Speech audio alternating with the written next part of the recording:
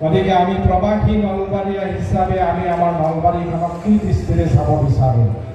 মই এইকাৰণে ক'ব বিচাৰোঁ যে স্বামী বিবেকানন্দকে ধৰি বিভিন্ন মহাপুৰুষে কৈছিল যে আমাৰ ভাৰতবৰ্ষখন এখন বিশ্বগুৰু হওক। এই বিশ্বগুৰু ভাৰতবৰ্ষৰ ভিতৰত এখন প্ৰথম ৰাজ্য হওক আৰু এই অসমৰ ভিতৰত আমাৰ নলবাৰীখন এখন শ্ৰেষ্ঠ জিলা হওক। উপৰোক্ত বক্তাসকলে সুন্দৰভাৱে ব্যাখ্যা কৰি গৈছে যে নলবাৰীত বহুত মানৱ সম্পদ আছে আৰু প্ৰাকৃতিকভাৱে যদি আমি বিশ্লেষণ কৰোঁ আমাৰ নলবাৰীত কিন্তু প্ৰকৃতিয়ে বৰ বিশেষ একো দিয়া নাই।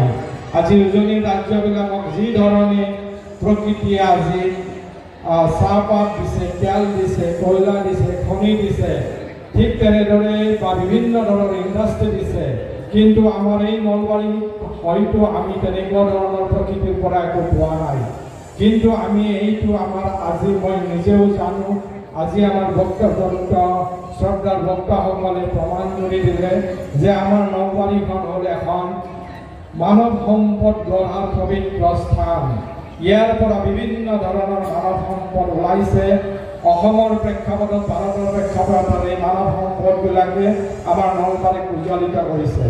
আৰু মই ইয়াত সমবেত সকলো আই মাতৃ পিতৃসকলক ক'ব খোজোঁ যে আমাৰ নলবাৰীখনৰ উন্নতি কৰিবলৈ হ'লে, নলবাৰীখনক যদি আমি ডেভেলপ কৰিবলৈ হ'লে আমি মানৱ সম্পদ গঢ়িব লাগিব।